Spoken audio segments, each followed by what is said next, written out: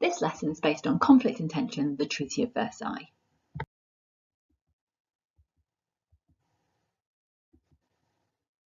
This lesson will focus on exam technique. More specifically, it will focus on knowledge questions. There are 2 knowledge questions on the Conflict and Tension exam paper.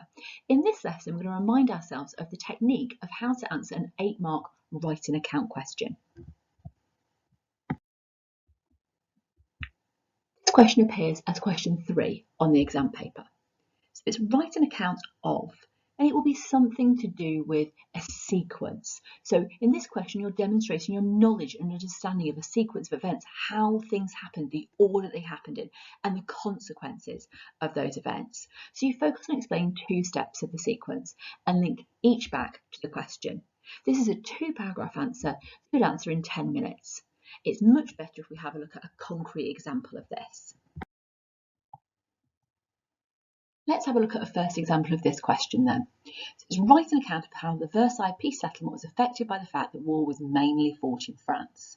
So we've got to think about, well, what are our 2 paragraphs going to be about? What's the focus going to be on? Now this one works out quite well because when we think about France and the impact that the war had on France, there was the physical impact on France. And so the need for compensation because of the destruction, which for me is like the first impact, and the second one, which is the fear, the security issues they had moving forward to the future. Both of those things had a real impact on what was done at the Versailles Peace Treaty. So I decided that my 2 paragraphs were going to be on the first impact on the war in France. So that's really going to be about the destruction and the consequences of that and leading into reparations. And then my second paragraph would be on the more psychological and security-based ones leading to the military restrictions on Germany. Let's have a look at what I decided to write in the first paragraph. My first paragraph then is going to focus on this first impact, and for me this first impact was all about destruction.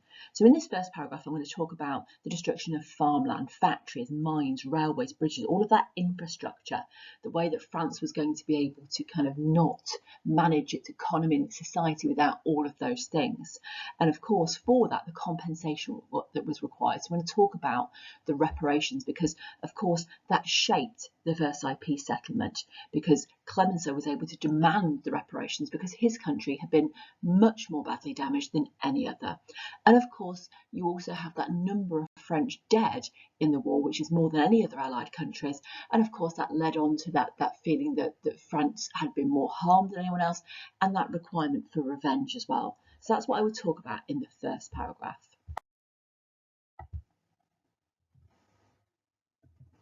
Here's what I wrote then for this first paragraph. So write an account of how the Versailles peace settlement was affected by the fact that the war was mainly fought in France. So there are several ways in which the Versailles peace settlement was affected by the fact that the war was mainly fought in France. 2 main reasons for this was much of French infrastructure was damaged during the war, and France bordered Germany. The bit about France bordering Germany, that's what I'm going to focus on in the second paragraph. So now I'm really getting into this first paragraph. So during the war, the Germans destroyed many of France's mines, railways, factories, bridges and farmland, especially in the northeast where the majority of fighting took place. Linked to this, the French had lost the most lives, nearly 2 million out of the Allies. This meant that for the most part, the French had been the most negatively affected by the war.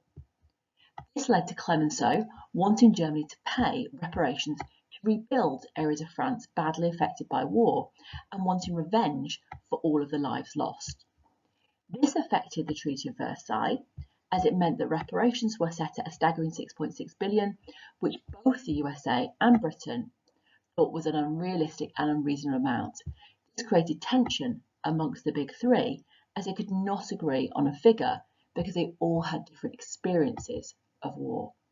So I'm clearly in that paragraph showing that that the peace treaty had been affected because of the damage done to France, and that leading to a lack of agreement between the big 3 in terms of what the compensation settlement had to look like.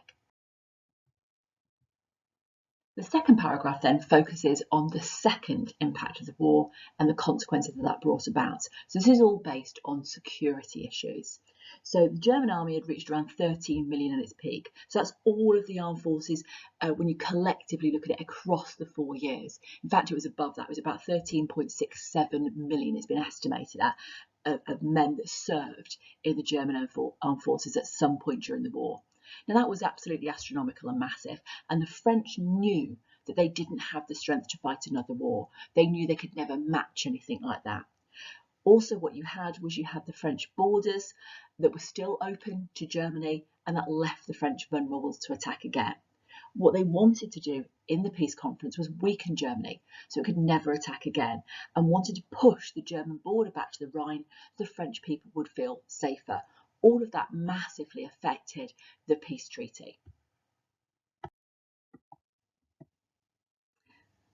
In the second paragraph, very similar to the first, it's just talking about, what it was that was another impact of the treaty and how that affected it. So a further consequence of the war being mainly fought in France was that French people came to greatly fear the German aggressors. Remember, they hadn't just been attacked at this point in 1914, they'd also been attacked in 1870. This led to Clemenceau wishing to push the German border back in order to offer more protection to France. In order to protect France, Clemenceau wanted the Rhineland taken from Germany and made independent. This led to a clash between the peacemakers. The fact that the war was mainly fought in France allowed Clemenceau to make huge demands on restrictions to the German military as a guarantee to French security. The German army being capped at 100,000 men was partially down to Clemenceau's demands. These demands and the French moral high ground, because of course they were the ones injured, made for a harsher treaty, as Clemenceau saw them as vital for protection of France and created tension between the big three, as again Wilson and Lloyd George felt the terms were too harsh. No conclusion required for this question. Those 2 paragraphs are all you need to do. A second example of this kind of question then is right in front of us now. Write an account of how Wilson's outlook as an idealist influenced what was agreed in the Treaty of Versailles. So again, 2 paragraphs. So this time I felt it was important to look at what was behind Wilson's outlook and then what the consequence was on the treaty. So we're going to look at kind of what it was that Wilson wanted in his 14 points in the first paragraph, and then the consequences of that in the second. First paragraph focuses on what was Wilson's outlook as an idealist. So what was it that he wanted? What were the things that he wanted to achieve? That's really easy. There's quite a lot to write about in this first paragraph. So you'd first of all talk about his 14 points. That's where he collectively he put all his ideas together. And of course, he published that to the world at the start of 1918.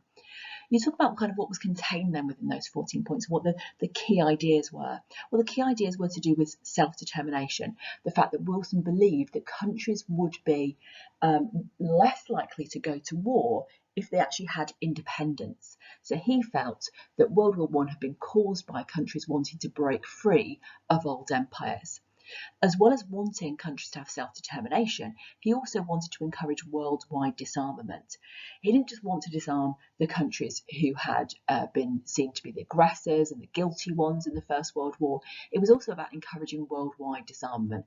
That really does highlight his idealism, because disarmament was going to be a really tricky thing to sell at the end of such a massive war. And of course, the biggest idea that Wilson had was about establishing a peacekeeping organisation, and what of course became the League of Nations.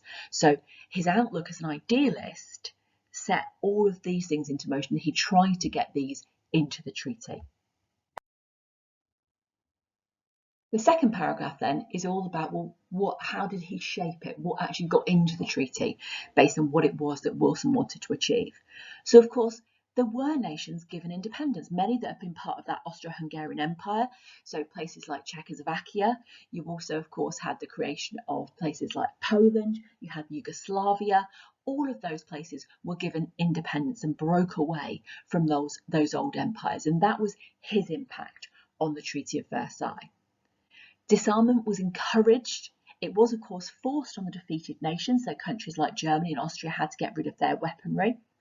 And of course, a major thing that he influenced in the Treaty of Versailles was about the League of Nations. The first 26 points of the Treaty of Versailles were all about the creation of the League of Nations. So that's what our second answer will contain. A first paragraph that is all about what did Wilson want, and the second paragraph would be, well, what was his influence then on the treaty? What I've given you this time then is a writing frame to help you make the answer. Use this, or just take bits of it that you think might be useful to you to help you write your answer. This should take you around 10 minutes. Example 3 is for if you're feeling quite confident that you think, yeah, I can have a go at these write an account questions, and I haven't given you any structure whatsoever for this one. So write an account of how the aims of the peacemakers after the First World War led to disagreements in 1919. Have a think about what this might contain. Have a go at it and send it to your teacher if you're feeling confident.